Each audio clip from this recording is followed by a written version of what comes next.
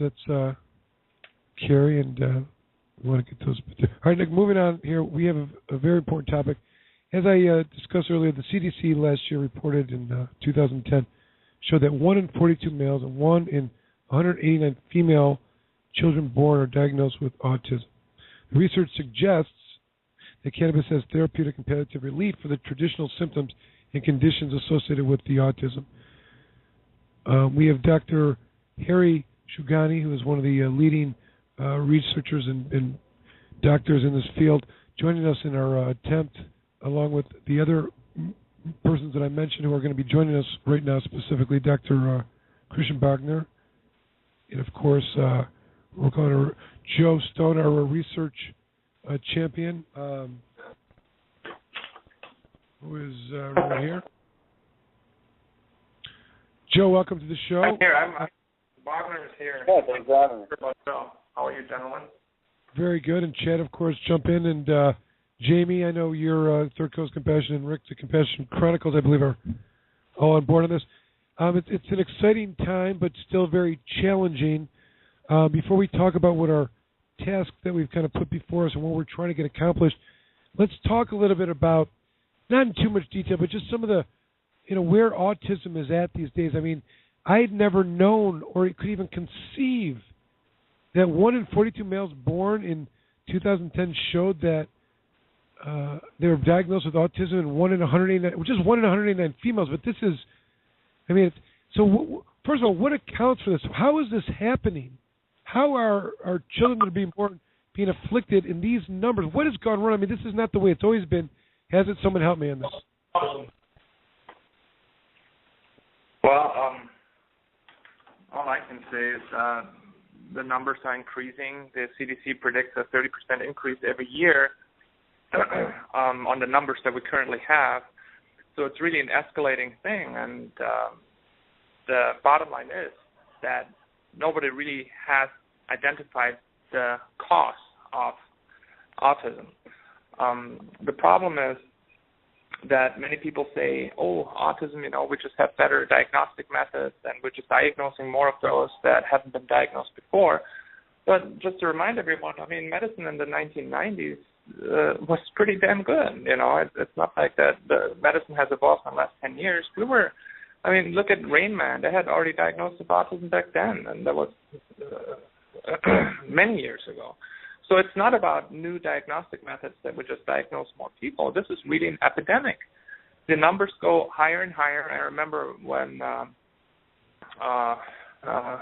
my son was diagnosed, it was about 1 in 150 boys, and now we're at 1 in 42 boys, where the diagnosis of autism is more prevalent than the diagnosis of Down syndrome.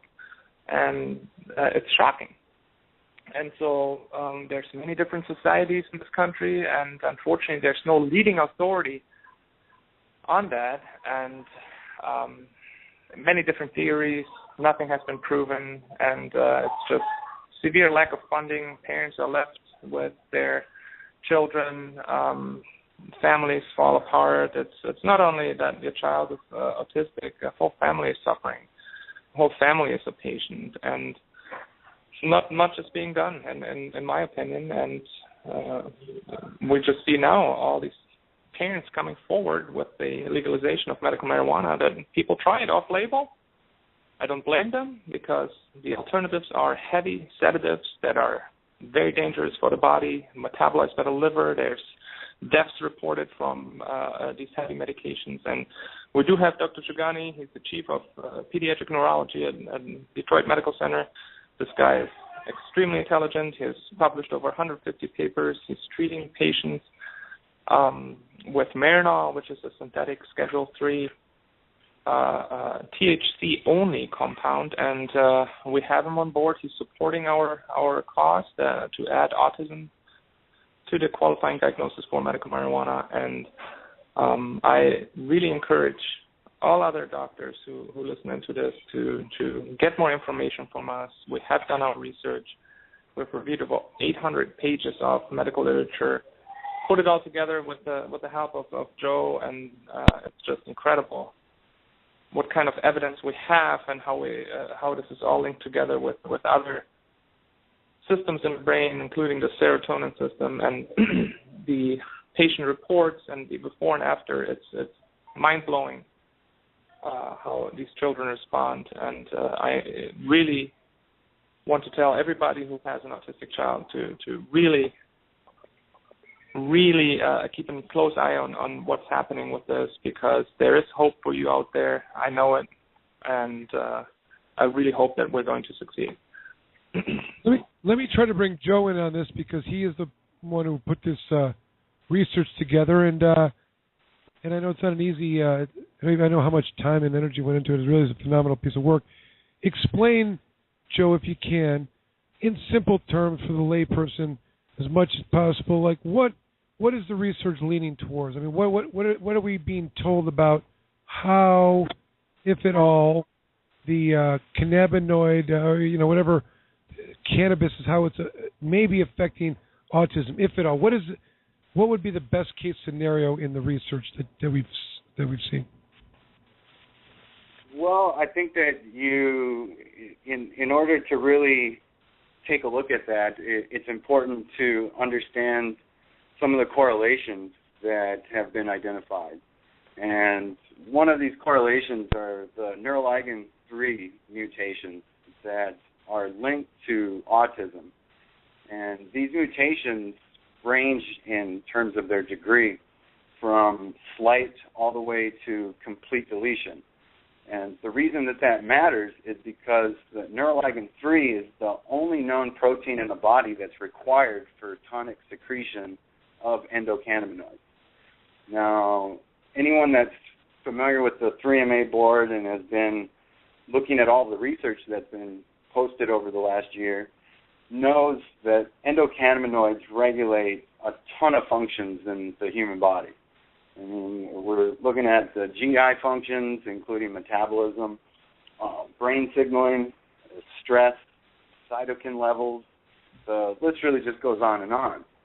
So if, in addition to that, the brain actually has a mechanism where CB2 is upregulated as a neuroprotective mechanism. So CB2 is actually believed to be a target for treatment of the disease. So if we add all that up and we say CB2 is a target, there's potentially a lack of endocannabinoids that are causing dysfunction throughout the body, and we look at phytocannabinoids from cannabis, you are able to identify an enormous amount of similarities in terms of the functional mechanisms that are being activated by them. So, for instance, one of the endocannabinoids that is limited by the mutation is anandamide. Now, THC is very similar to anandamide in terms of the receptors that are being activated in the body. If you look at CBD, well, CBD is actually increasing the endocannabinoids that are in the body. And if you look at the Fragile X syndrome, and I won't really get into that because then that starts to really get more complicated, but CBD is thought to be a treatment for Fragile X, which is also linked to autism. So really when you look at all of the research, it really seems to me that the endocannabinoid system has been a large part of the missing link in terms of understanding autism.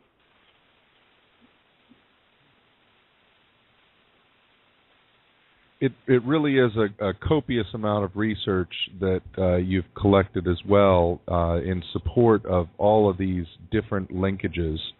And I think that it really does make the case for autism being certainly affected in a positive manner through the application of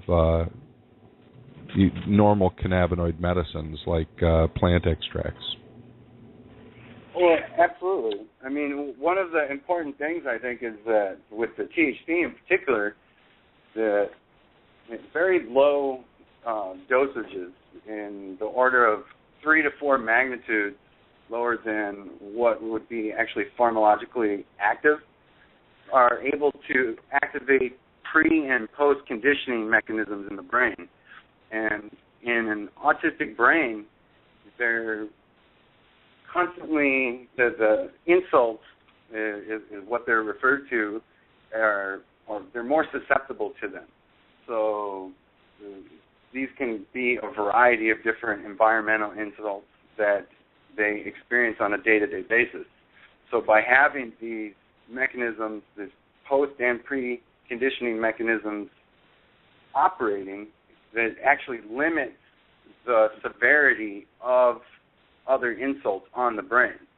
So not only are we talking about potentially bringing the body into more of a homeostasis through the administration of exogenous cannabinoids, but we're also talking about having the ability to actually slow down potentially the progression of the disease through the activation of CV2 and suppression of cytokine levels that are also linked to autism. So really, I mean, I can't, as I continued to go through writing the paper, to me, I just became more and more amazed. And one of the things that was really encouraging is the fact that Dr. Shugani has been working on this research in regards to autism for 20 years. And all of the different things that he's been working on, well, be it the serotonin or the different cells in the brain, you go right on down the list, and they're all linked directly to the endocannabinoid system.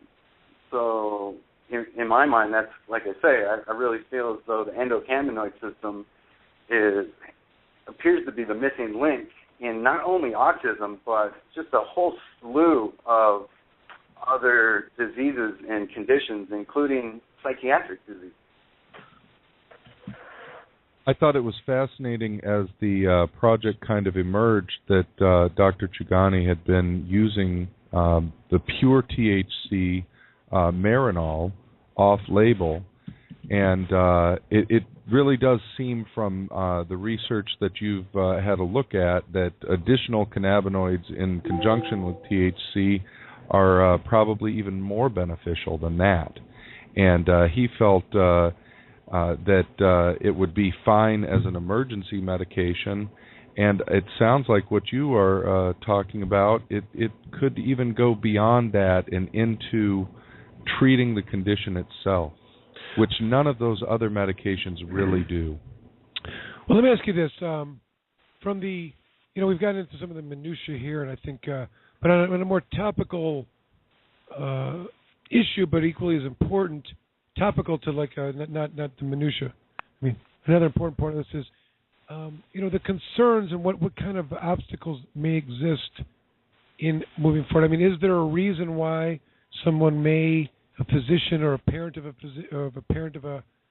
autistic child, is there a reason why they would not want this to be a approved condition? And I would remind anyone that's listening, the point of this is not suggesting that it's a cure for autism. What it really means is for those parents with the approval of two physicians are not prosecuted for possessing cannabis and providing cannabis to their autistic patient, and they have protections under the law. And it means nothing more than that. And if a physician thinks that it's something that is appropriate for the particular patient, and the things that we're talking about, should be able to recommend it. They should be able to recommend it. And the parent and the child should be safe. Right, and that's it. And if you believe that the research and it's going to lead us there is something that actually may treat the disease and make a change, or at least compete with the other medications that are being used currently, that's where we would like this to be taken, and we do have belief in statistics and science supporting this. But at the same time, all should and understand that at the very minimum, any parent that chooses to, at the very least, should be protected under the law from providing cannabis to their patient, to their child, under those circumstances. So I beg the question. I guess I've kind of argued against it, but what are the concerns for children? The children has always been the concern. The children, marijuana, that children. What are the concerns, if any, that could take place here Dr. Bogner, why don't you start, and then Joe, let's hear you try to make the best case against it, if there is one that exists. Well, we've looked at several papers that are out there, and we examined what the potential dangers could be. And there was one study from Schultz that recommended long-term negative effects on the brain, but we did not agree with that paper fully. Here's the thing. Anybody who has an autistic child and lives with that child on a day-to-day basis sees that this is in no way at any time improving, no matter what you do. You can do therapy, you can do ABA, behavioral, you can do speech therapy. Nothing sticks. There's something wrong in the brain that prevents long-term memory formation, in my opinion, and interaction is just not there. And in my opinion, not acting upon this is more harmful to brain development because, they always say the earlier you treat an autistic child with speech therapy and all that and do a lot of work, the better the outcome because the neurons are forming their pathways. And that's the same with that. If some of these patients treat their children with a high CBD strain, the kid all of a sudden is back. They look at you, they want to work, they interact, and they're calmer, they're not stressed, and they're just ready to work.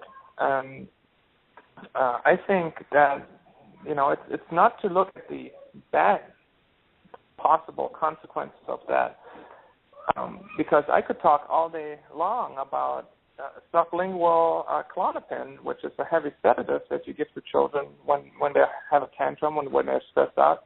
Let's talk about those side effects.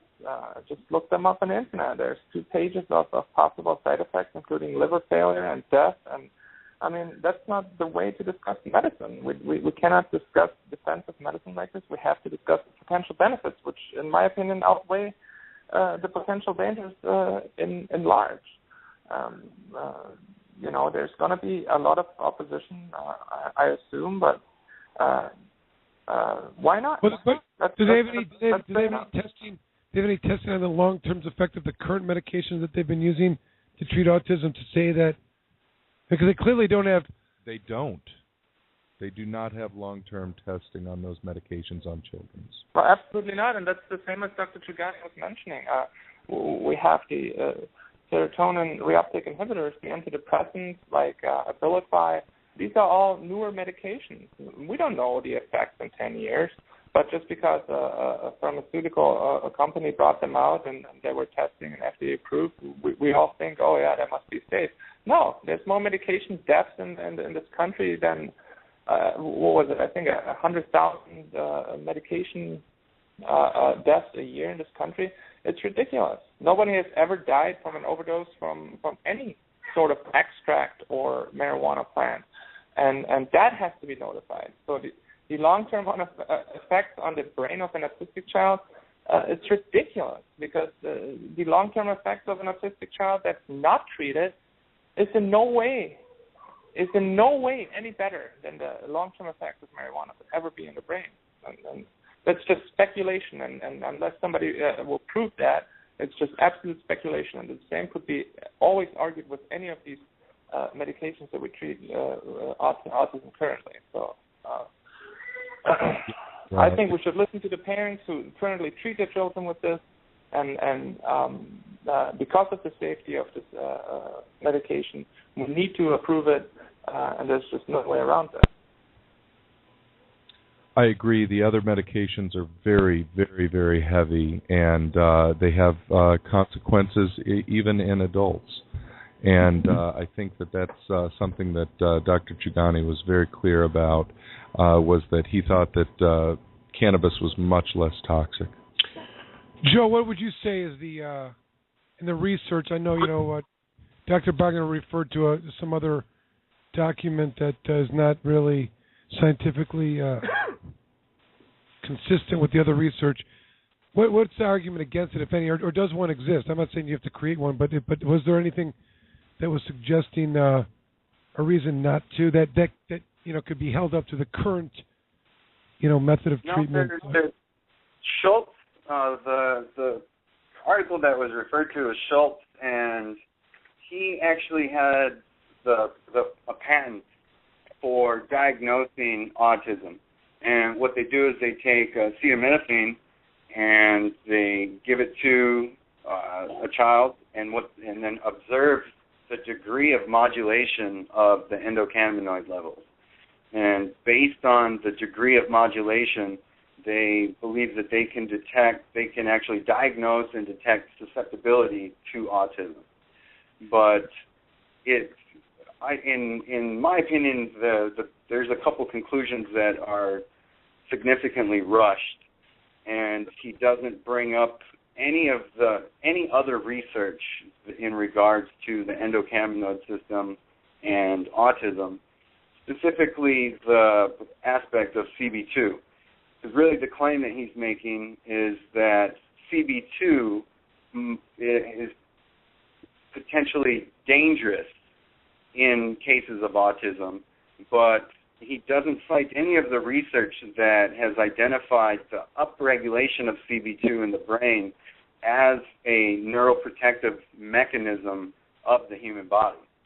So in our opinion, he got a little excited about the patent and sort of rushed to get it out there, which is understandable, but at the same time, the conclusions that are made, aside from the assertions in regards to his ability to diagnose autism, are premature, in my opinion, based on going through all of this research.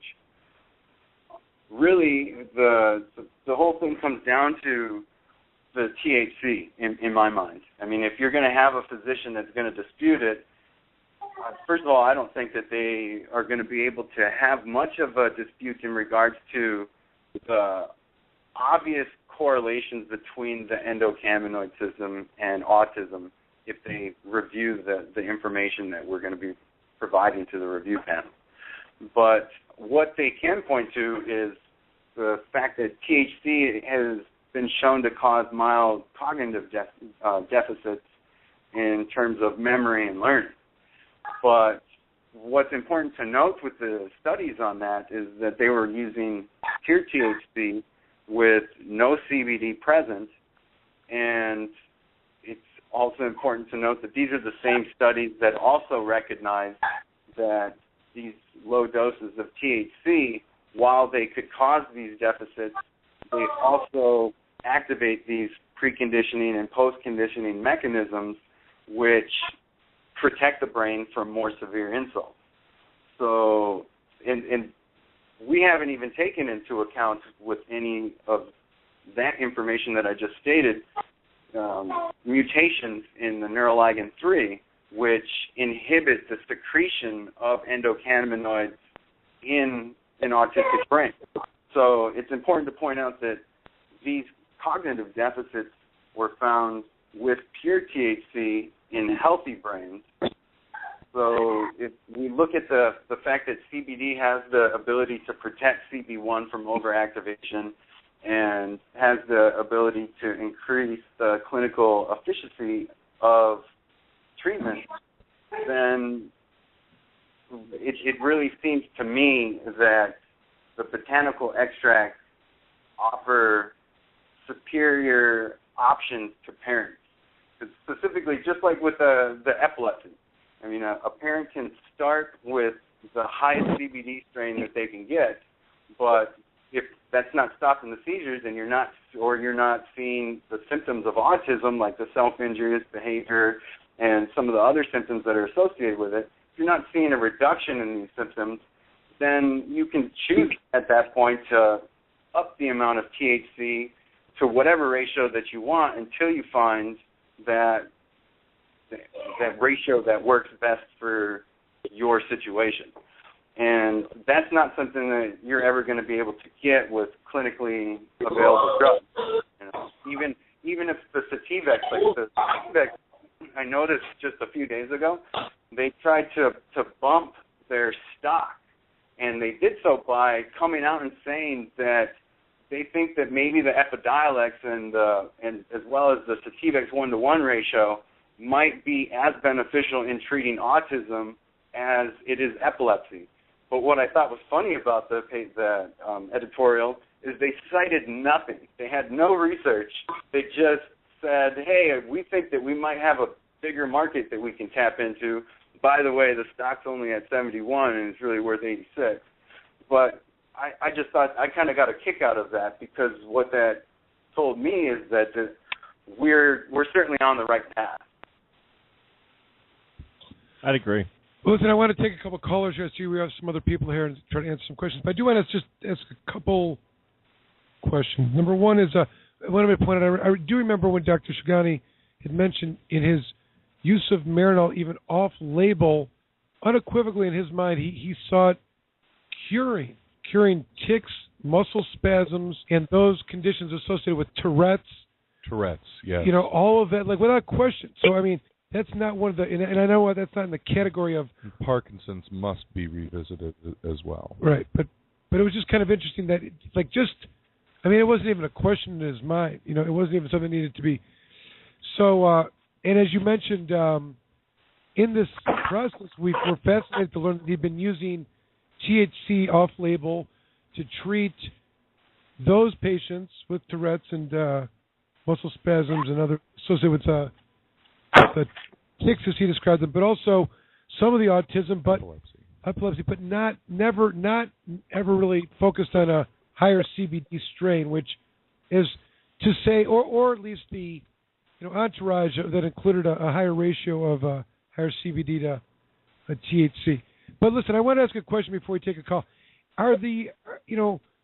Is part of the reason that these statistics seem to be higher, and I know you mentioned to it as and I know you'd mentioned, Dr. Bogner, that there's a wider threshold or lower threshold now as to the diagnosis, but once the diagnosis takes place, there's a huge spectrum of severity of the autism. I mean, you've got, correct me if I'm wrong, but you've got on one end of the spectrum, like Asperger's, which is, I'm not even, like a lesser, or someone that has actually, some lacking in some of the cognitive skills necessary to function normally. They may be stronger in other areas, and then on the other end of the spectrum, you have people that are just not, functional at all. They're highly, severely disabled. Is there anything to that? I mean, you'd mentioned it, or is it that there's a greater number of the severity patients that are being diagnosed? Well, at this point, I think it's pure speculation. We all have our personal beliefs of, what is the reason for such a big spectrum. But, at one night when I was brainstorming with Joe about the possible links that we've, found in those research papers, is, it's how heavy is the environmental influence of that specific insult to the person that is susceptible to that specific insult. Like that study that we quoted with the neuroglian 3 receptors in the brain that came out of Stanford is, what if you're missing certain receptors in the brain and at the same time have a insult that inhibits production of anandamide, which is the cannabinoid that your brain produces at the same time. So not only do you have a receptor problem receiving cannabinoids, but also a production problem, which, if you have the production problem and the receiving problem, you have a more severe form of autism. And if you just have a receptor problem, for example, you have a less severe form. And then on the other side, with all these Asperger's and savant kind of patients, that you have a system that is working too good, that you have everything, almost in abundance, and that's why, those kind of people remember everything, and the brain is working too good. And after all, my personal belief is that it definitely is an environmental insult that happens. I do not believe that we have to solely blame the vaccine. but I do believe that diet is a huge part of it, especially genetically modified organisms that cause immune dysregulation in the body. Is it a cross-reaction of the immune system that then attacks these receptors in the brain and destroy them? That Foley found in Stanford that these receptors are mutated / missing, where we have a similar, in my opinion, a mechanism such as diabetes, where kids, in a young age, get a viral infection, and because that viral protein looks similar to the pancreatic cells, your immune system destroys not only the virus but also the pancreatic cells, making them unable to produce insulin and renders them diabetic. Is there similar mechanisms with that, such as, for example, my favorite theory is that those children are susceptible to an insult, such as an MMR vaccine, which is a live vaccine where you have a live virus. And if your immune system is busy with cleaning up, for example, genetically modified organisms, then the virus cannot induce an immune response from your body, and before it's too late, you have your own immune system attacking those receptors in the brain. That's just a random theory that I believe could be the cause, but again, I'm not here to make assumptions. I'm here to look at what's here and work with the evidence that we have. But Joe probably has a different theory, and let me ask you this. Joe, I'm not sure, and I think you had said that we were going to try to have one of the parents call in, and I'm not sure if you confirmed that or not. I'm guessing that this is one of them. I may be wrong, and we may have to field another question. But you're on the air with Planet Green Trees. Yes, hello. Welcome to Planet Green Trees. Hi. Hi. Hi, my name is Lisa, and my son is Noah. I recently talked to Joe. He said to call in and talk to you. I had a welcome to the show. I had a feeling, we don't have anyone screening the calls, and I had a feeling for some reason it was you. And thank you so much for calling in. And I understand you wanted to discuss how you said your child and dealing with autism, and had some comments or thoughts on this topic of approving it as a condition that can be, that it approves the use of cannabis for the treatment of it.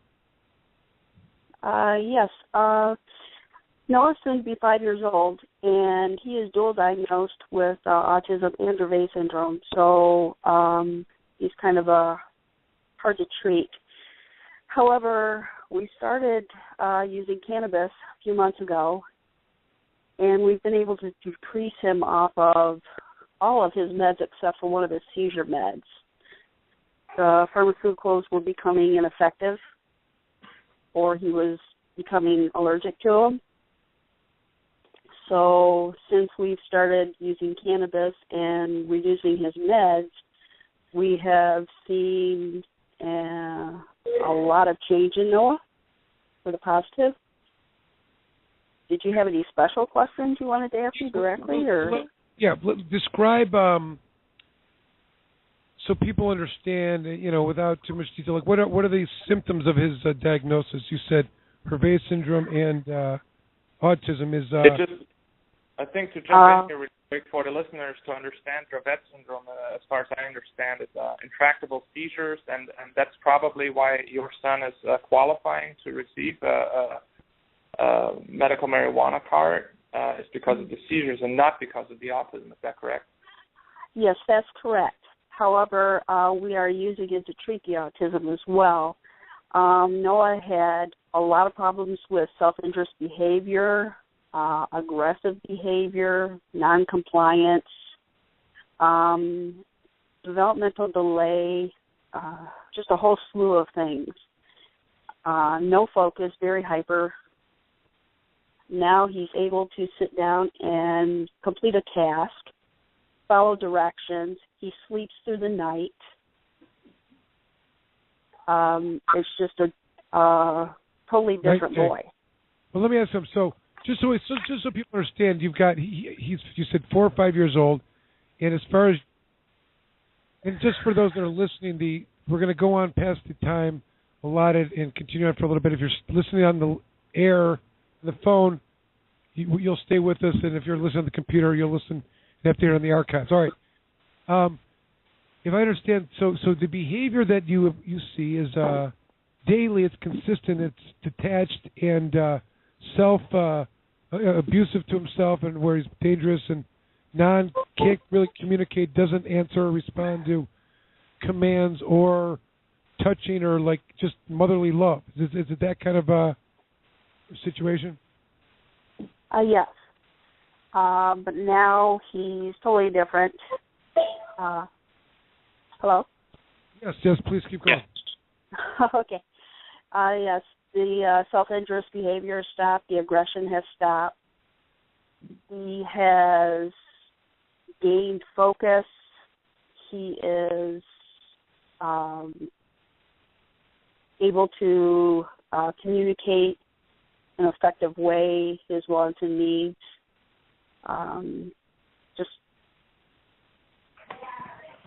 Let me ask How you this. long before you started seeing some of the improvements? Well, we started cannabis use the end of November of 2013, and when we first started, he was on a low dose of THC only. Hello?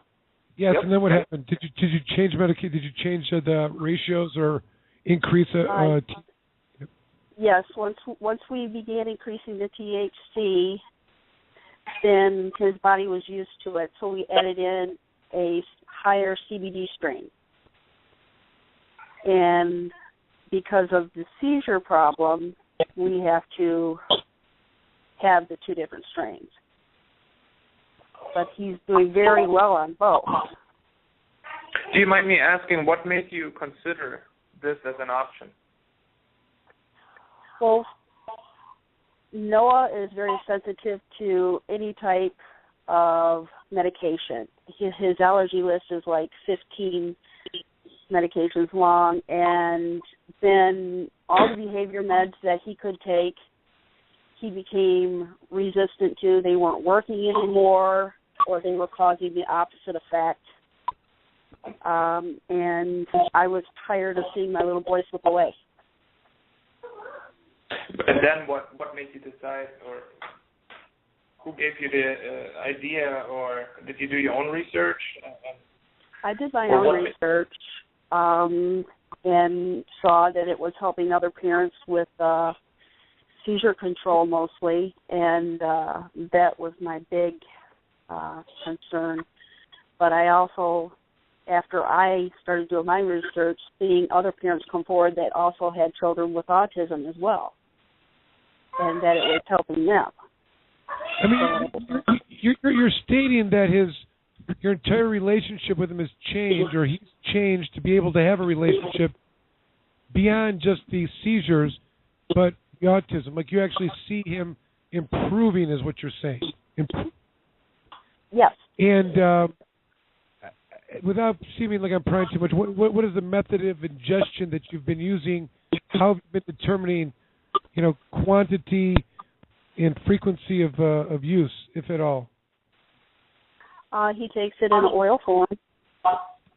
He takes the high ratio twice a day in the morning and the afternoon, and then he takes a low THC at night before bed. Does he? Is it easy to administer it to him? I mean, does he become aware? Yes, he does. I tell him it's time to take your oil. He opens up and takes it. I think he kind of knows that it's helping him. That was something I heard. I've heard that too many times. I heard another parent who described the same situation, in that it's very difficult to make him eat it all, but when they, that was something they knew, that changed them in some way, and it was easy to administrate, but just something that's subtle that a parent would pick up, compared to other things that they would give them when they're, in that other state of mind. But what else? What are the other subtle changes that you observe just from a mother standpoint? I mean, difficult, I think, unless you've been around a child with autism, what some of the just daily, what we take for granted in relationships, just being around other people, what may be missing. Explain a little bit, some of those things, and if you've noticed any changes. Yes, he's actually now trying to use utensils to eat with. He has been a hand feeder for a long time, so now he's trying to use his utensils with success.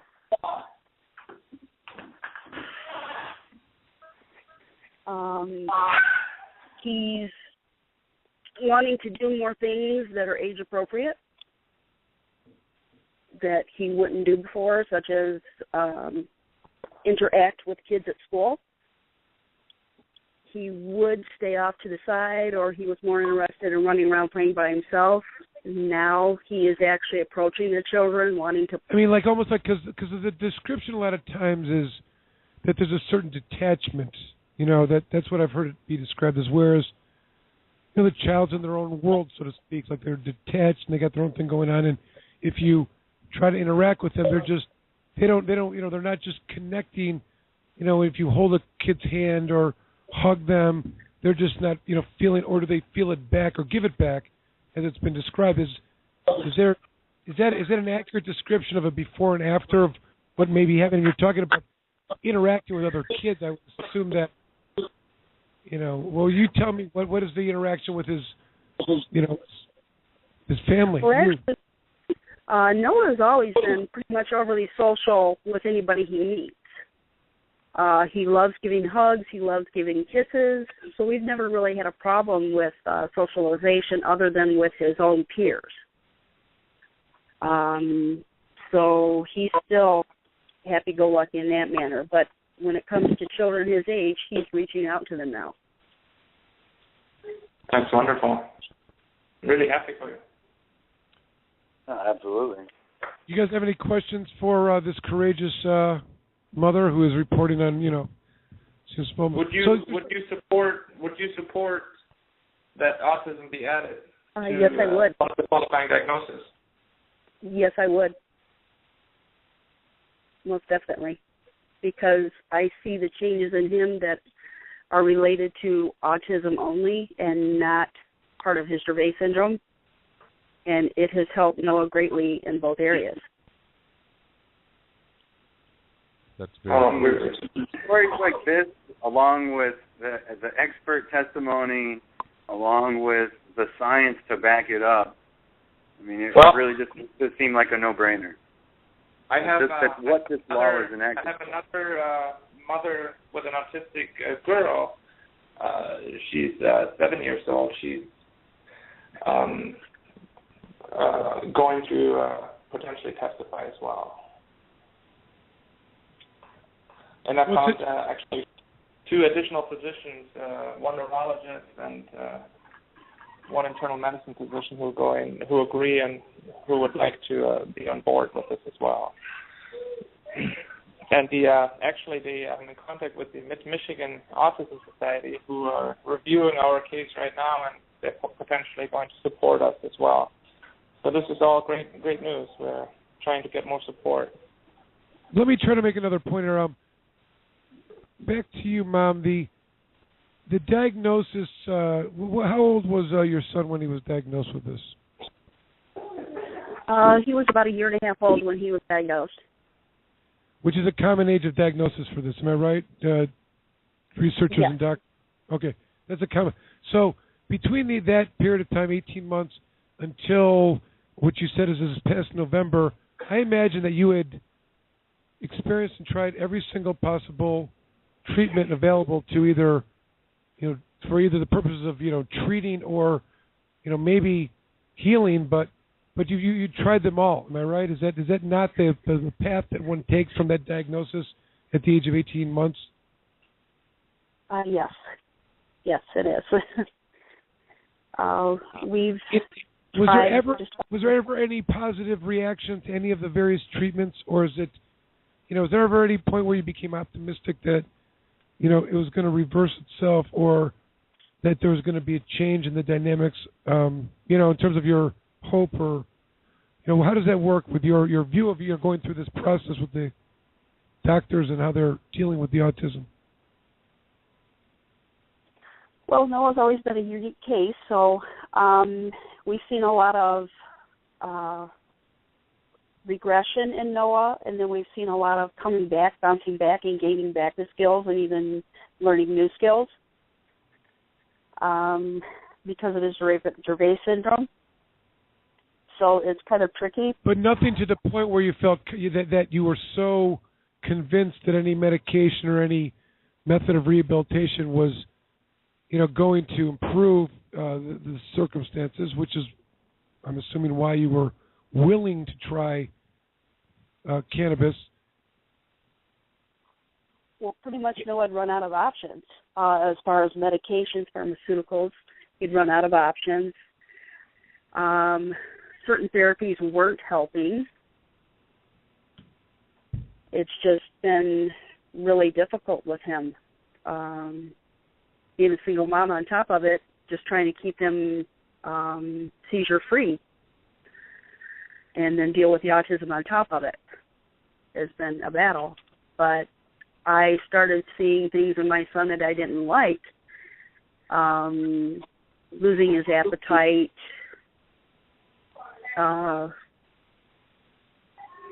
severely sedated, things like that. And I wanted him to be able to live and experience life as a child. And I wanted something more natural for him. So do you mind me asking, did you discuss this treatment modality with your physician? Yes, I did. And what does your physician think about this? He supports the decision, and he's following Noah very closely. He's very, very interested in the effect that cannabis is having on him. I wonder if we don't want his name, and I don't want you to, expose anything, but I'm curious if he's for the same reasons, so that if he had another patient that, and believed that autism maybe help some therapeutic or palliative way, that he would feel comfortable without the other, condition. But it's something to think about, especially when you have it unfolding in front of you. And that's always been the most difficult side of this.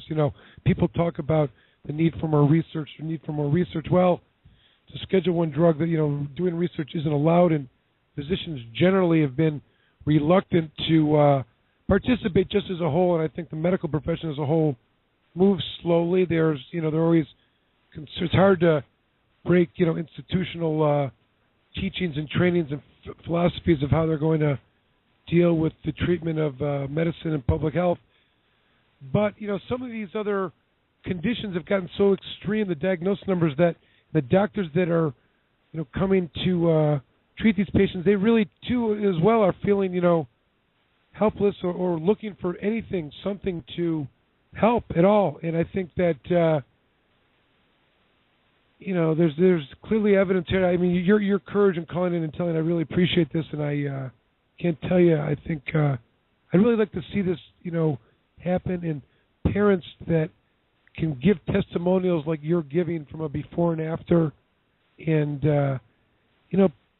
it gives some parents some hope of some things that they no idea, nor should they have to go through. The challenges of that. So thank you very much for calling in. Everyone, have your final thoughts if you like. We can go on as long as you want, but what would you suggest, if anything, that we as a community could do to make this happen and get the petition passed?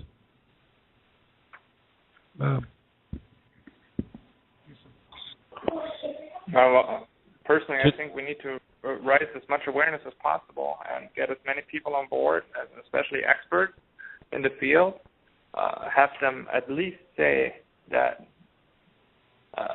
they wouldn't potentially use that as a first-line treatment, but that they would be okay if the parents are okay with choosing that modality, that they are protected under law, because it's in no way any more dangerous than the medication that they're already prescribing. And if the parents would like to try that for their children, then they should be allowed to do so. it's ridiculous that anybody would disallow that by law. It's really sad to see that, because there's really no reported deaths of that. And if you want to speak about long-term effects of that on an autistic brain, it cannot potentially be worse than it already is. And that's my final thoughts. And so I really hope that we will raise public awareness and with the strong case that we already have, make it really impossible to deny again. Agreed, and very well said. Joe, any final thoughts on this?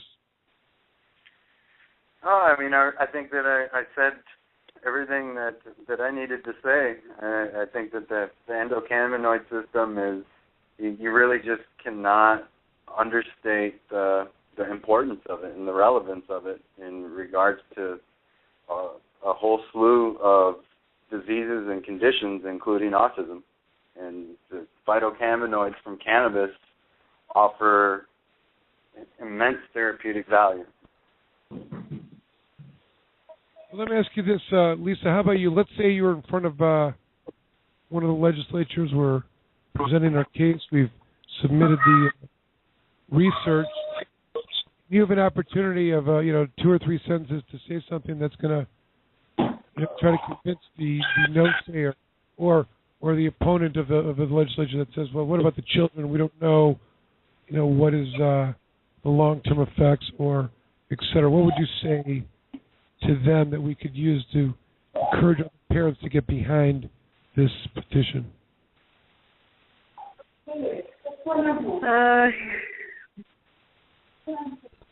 I'm not really too sure about that, but I do know that from my own experience, I want the best for my son, and I want him to have the fullest life that he can possible, and seeing the effects of all the treatments that we have tried fail. I would very much like to see parents give this a try for their own child, for their own benefit. I've never been very good at speaking, so...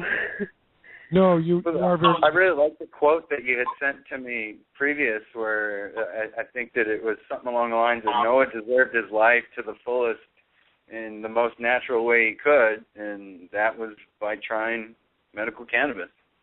Yes. Very compelling testimony. Thank you. Well, we're looking forward to talking to you more, and appreciate your courage and sharing your story. I think it's that's what wins the day. It is the Michigan Medical Marijuana Act. I always say the 2 pillars are, it's about patients, it's about sick people and trying to assist them.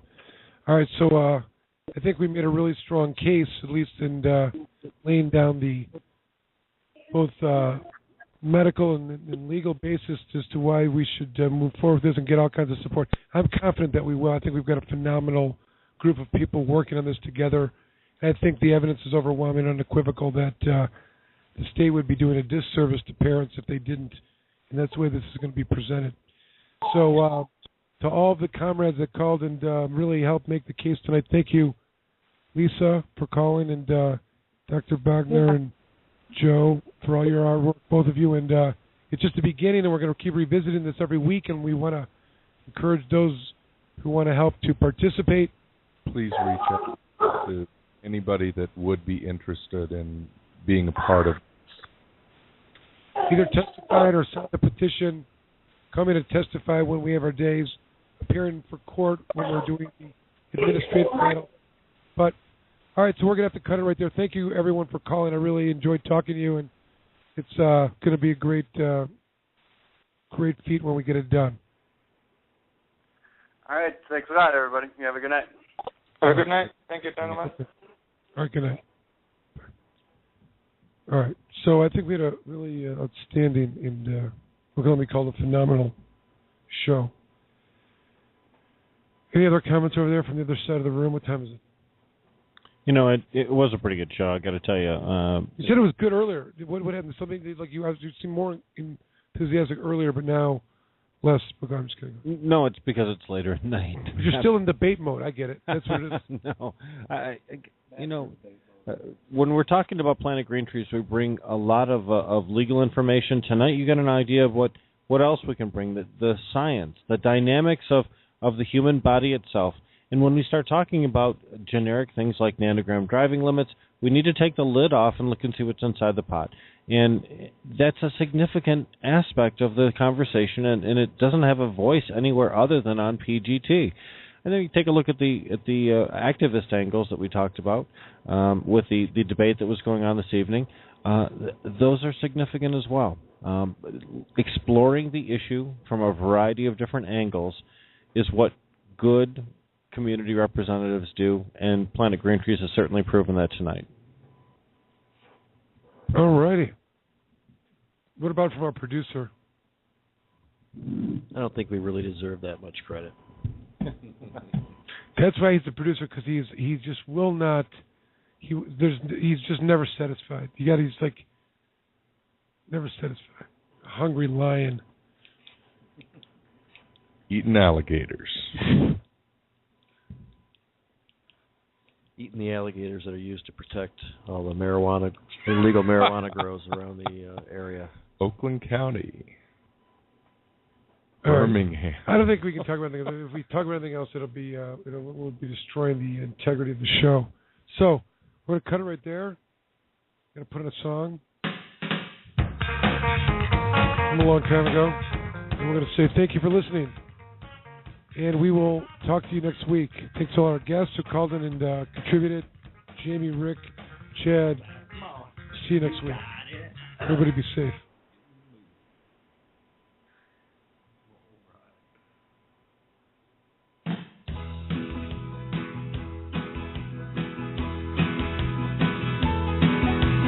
Look